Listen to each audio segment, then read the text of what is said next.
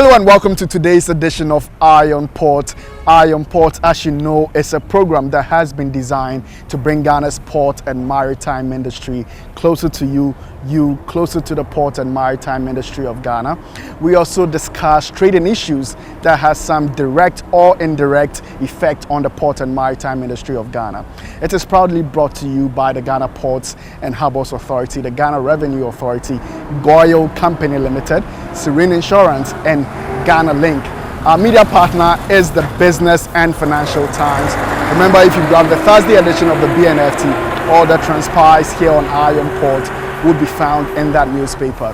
Viewers, today we are discussing the impact of border closures on the harmonization and facilitation of cross-border trade.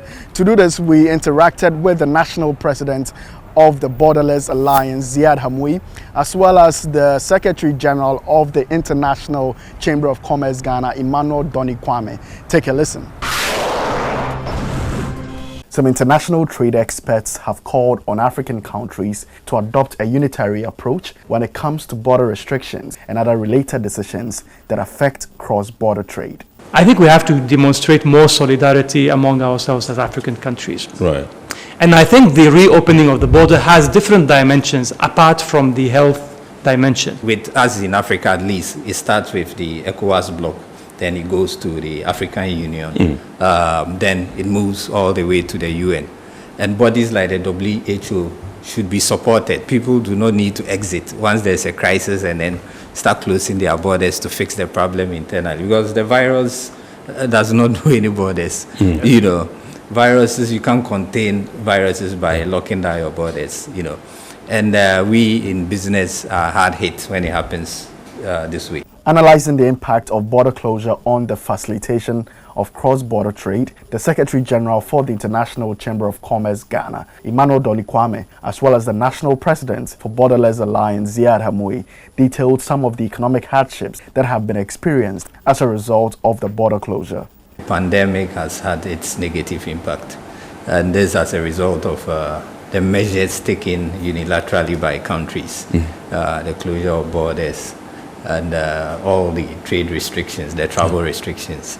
At the time, seafarers were actually struggling, you know, to embark at various destinations.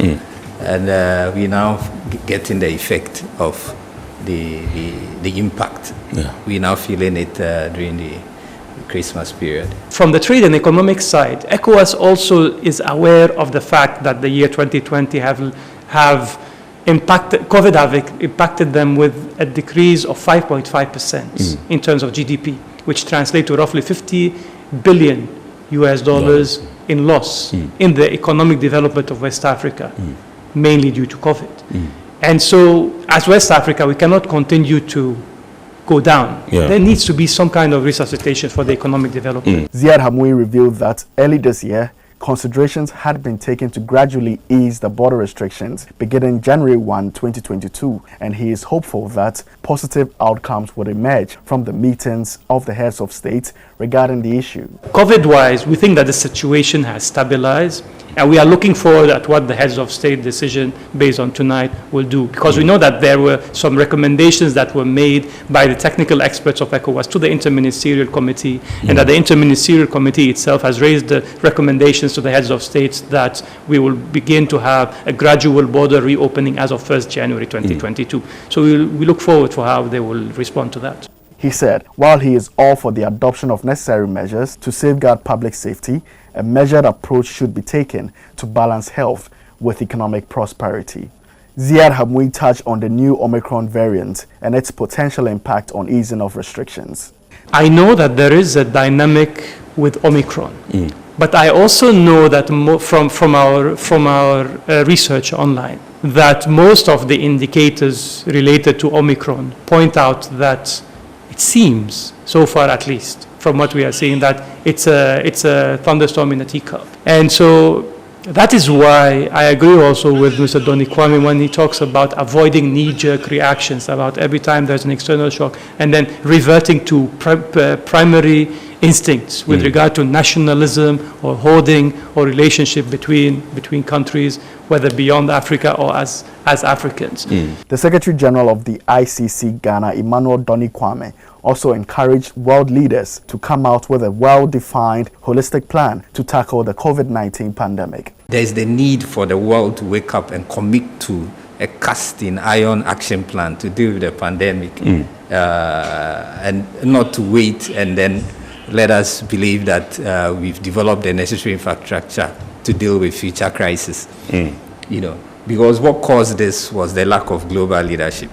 We all expected the big powers to liaise with the UN and the UN bodies like the WHO to get the necessary resources for people to do the right research, to be able to come out with a vaccine, so that at least, as we all know, with yellow fever and others, there is a vaccine and it's distributed equally. He said it is also very important for incentives to be applied to the use of digital trading, considering the reduced need for physical interactions. As a result of the pandemic, a lot of things are being done digitally. We do communicate digitally, and it's a wake-up call. So we've realized that there is the need to get a WTO to renew the moratorium on custom duties on electronic transmission, so that at least the cost of using the internet should be done at the barest minimum. The trade experts also highlighted the need to catalyze infrastructural investment to support cross-border trade,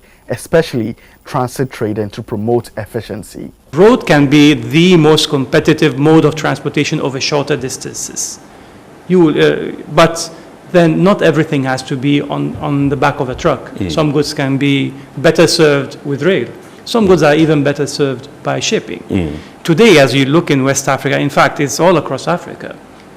Road transportation is more competitive than shipping, because for shipping, if you ship a container, it has to go and transship somewhere in Europe or somewhere or in Asia sometime before coming back to your neighboring African country.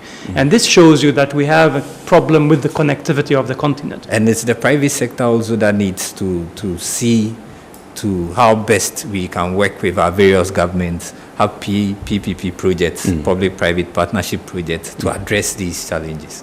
You know, to encourage people to own vessels, to do transshipment along countries, along the coastline, and then also have other means of transport, be it by using our rivers, rail, or better means of transport to those landlocked countries. So folks, those were some analysis from our trade experts on the impact of border closures on trading across the borders. Iron Port returns after this break. Every now and again, GOIL makes good things happen.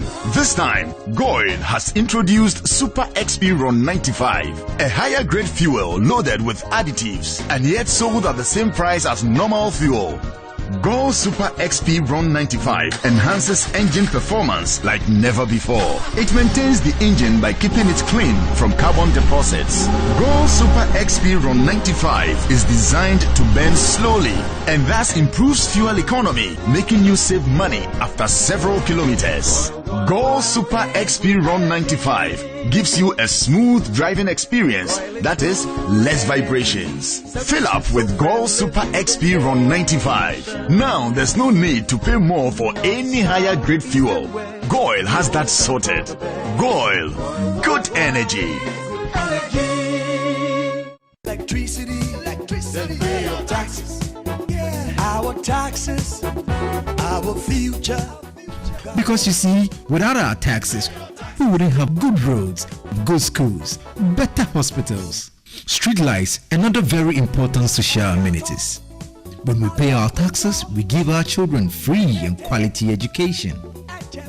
Talga, my money too small. Why should I pay my tax? Look, small. Salifo, it doesn't matter how small or big your business or income is. You still have to pay your taxes. The little taxes from each and every one of us, when put together, could give your community clean water or that deprived school with tables and chairs. Please pay your taxes. It is your responsibility. It is your civic duty. It is the law. Impressive factory.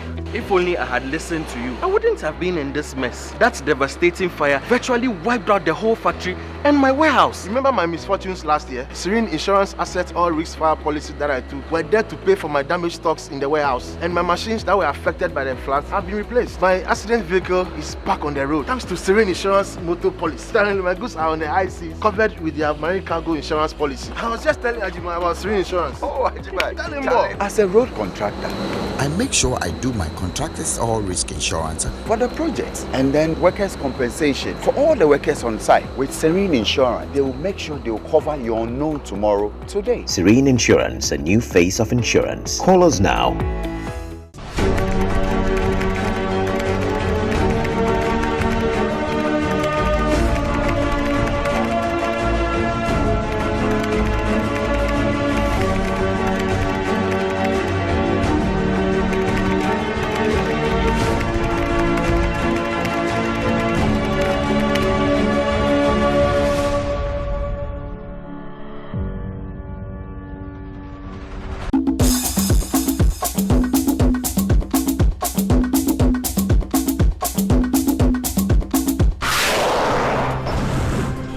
All right, welcome back. Over the past week, some interesting activities happened within Ghana's port and maritime industry. Let's take a look at those. The Director General of the Ghana Ports and Harbours Authority, Michael Ogoje, has called on management of the various ports in West and Central Africa to strengthen bilateral relations with member ports towards injecting increased efficiency and sustainability in their operations. Speaking during the closing ceremony of the 41st Council meeting and 16th Roundtable Conference of Managing Directors of the Ports Management Association of West and Central Africa, Michael Ogoje, who is also the president of the association, urged member ports to work together towards implementing the key recommendations that emerged from the meeting. For those recommendations that are country-specific, I need to urge all member ports that recommendations that are relevant to your port, you take them up, implement them. In the process of implementation, if you need support in any form through technical assistance or bilateral advisory from member ports, you should feel free to route that request. The GPHA boss also assured of the support of his office and Ghana's Port Authority to the Secretariat. Essentially, each and every one of us must be at the same level of standards and quality of service. That is where we can provide the best service and quality of port services to our trade. Michael Ogoje praised PMAWCA for maintaining its place as the best ports association in Africa and spurred members on to do even better. The association has gone through a number of reforms in the last 8 to 10 years, and the reforms still continue. If you heard the Secretary General, the Board of Directors discuss further reforms that are going to further strengthen our association and make us do better than we are doing. He also solicited for support for the PMAWCA Professional Training Center in Cotonou. I'll use this platform to encourage all of us as member ports to support the PMAWCA Professional Training Center in Cotonou with not just sending participants, but whatever inputs we can give to that center to improve upon its quality of training programs.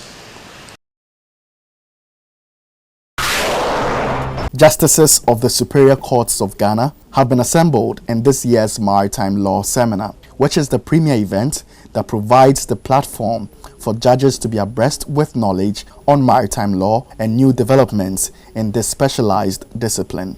The judges undertook subjects such as piracy and terrorism, transport documents used in international trade, and the arrest of ships, judicial sale, and distribution of proceeds. The ultimate aim of this program is to enhance judges' capabilities during the adjudication of maritime-related litigations. Held in Accra, the two-day seminar was organized by the Ghana Shippers Authority in collaboration with the Judicial Training Institute. The event, however, has since 2019 been changed from an annual event to a biannual event in conformity to the Shippers Authority's strategic direction. Chief Executive Officer of the Ghana Shippers Authority, Benonetta Bismarck, touched further on the significance of stakeholder collaboration towards enhanced clarity of legal procedures locally and internationally. Maritime trade's contributions to the nation's economic development is very significant. As a result of this, there have been deliberate efforts to ensure that players in the space interact with each other frequently to ensure clarity of legal procedures both locally and internationally. Also, clear institutional, professional, and policy drives aimed at enhancing the development of the maritime industry in Ghana have been established. Chief Justice, His Lordship Justice Kwesi Eni-Nyeboah, implored the judges to take advantage of such rare opportunities which are aimed at deepening the professional process of adjudicating maritime cases. In the course of adjudicating some of these matters, the issues of arrest of ships, judicial sale and distribution of proceeds would arise, and therefore my lords and lady justices would have to be well equipped to deal with them in a manner that will stimulate economic growth for our dear country. Speaking on the sidelines of the seminar, maritime law expert and consultant Dr. Emmanuel Kofimbia called for a revision of the country's law as far as maritime trade is concerned. Our law at this stage is behind time, because we haven't revised our law in a very long time, and a lot of changes have been made. The UK, who we depended on for our law, they themselves have changed, so there is a need for law reform in this area. Some of our rules of procedure must change, in conformity with changing trends. Some of our things which we have captured in our Courts Act, things we have captured in the Ghana Shipping Act, would have to be modified, so that they will reflect current trends. On the second day, the various judges visited the port of Tema to have first-hand experience of port operations and developments, as well as interact with management of the Ghana Ports and Harbours Authority. Efforts to propel women participation, growth and welfare development in industry have been given another shot in the arm with the organization of the Women in Energy Conference 2021.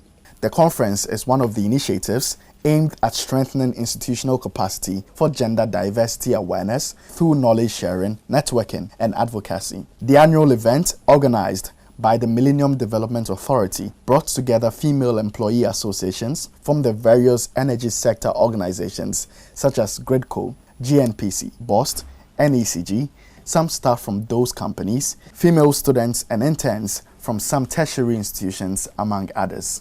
The Women in Energy Conference also saw participation from the Tema Shipyard. The Director for Gender and Social Inclusion at the Millennium Development Authority, Dr. Cherub Ntrinsia, touched on some of the gender challenges inherent in the energy sector. If I use the example of engineers, they'll say that they don't have role models. She had some recommendations for policymakers. What we would hope is that if there should be a directive for every organization to sort of do an audit, to find out the issues and then develop a policy which will be approved by the management and endorsed by them with commitment, so that they would work on the problems that come out. The head of marine services at the Tema Shipyard, Isaac Eshen, explained the benefits of such programs to the company. In a way, some aspects of energy involves transportation, and that is basically what we do, work on the ships that brings in the crude oil to fuel the plants that give us energy. Yeah, so you can see that in the past, shipyard has been a male-dominated enterprise. So we are trying to introduce ladies who are into engineering to come to shipyard and then work. Women participants from the Tema Shipyard, including the first and only female welder at the ship repair facility, called for incentives that would improve the welfare of female staff. More training. For yourself? For myself. To go out there to learn different skills and adapt to what I'm doing. Shipyard, can we also have a women association where we can come together and then collaborate? GOIL's TV market train has stopped over in Tamale, the northern regional capital, attracting enthusiastic drivers and consumers desiring to know more about the company's quality products and services. The TV Market series, which has so far been held in 5 other zones in the country, is aimed at showcasing customer-friendly service stations, quality fuels, and lubricants to customers. At the Rivoli service station in Tamale, the program involved the education of drivers and a close-up demonstration on the efficacy of GOIL Super XP RON 95, Diesel XP, as well as lubricants. BD Group providers of the XP3 additives demonstrated the benefits of the additives, while the quality assurance team, with the support of the GOIL mobile laboratory van, demonstrated the efficacy of Super XP RON 95 fuel in comparison with other products on the market. Customers were encouraged to always use GOIL products because of the enormous benefits to customers. This is what we call water finding paste. When it comes into contact with water, it becomes pink. Now we have mixed water with fuel, and then we have used XP3 to treat the fuel. And then what the other OMCs use, we don't want to mention the name. Now this is the XP. This is what the other OMCs use. Now, if we dip it in it and the color becomes pink, it means there's still water in there. If the water doesn't change, it means the additive has been able to take away all the water from the fuel. So at this point, kindly drop the two solutions into it. As you can see, this is the XP. The color hasn't changed. It means the water that was in there has been dispersed. But look at the other one. You can see that it is still pink. It has turned to pink. It means that we treated it, but the additive wasn't able to disperse the water from the fuel. This is what we mean when we say that GOIL's fuel, when you use it, it is able to disperse water from your fuel. The public relations manager, Robert Tre, assured drivers of the quality of GOIL fuel. He advised them not to sacrifice the durability of their vehicles by going for low quality and adulterated fuel, adding that the company will not relent in serving quality products to customers. They have demonstrated that in spite of all this, we add additives, and that is SP3 additives. That is why we call our fuel Super SP and Diesel SP. So this one, double profit. With our Super, we sell RON 95. Now you know. So that if you go anywhere, somebody is saying, oh, our fuel is this at 6.2, 6.3, 7. Please, mind your engine. I say what? Mind your engine. So make sure you buy RON 95. Then they have said ultra low sulfur diesel. So if you are using a truck that uses diesel, mind your engine and mind our environment. The Zonal Manager North, Marian Adamu, asked consumers to rely on GOIL to get value for money from products purchased. Zone North comprises 27 service stations spread across 3 regions of Upper East, North and Northeast regions. Keep faith with the GOIL brand. GOIL is for everybody. We sell quality fuels everywhere. From Accra to Widana, you will get RON 95. You will get additivated diesel XP. So I recommend that continue to patronize GOIL products.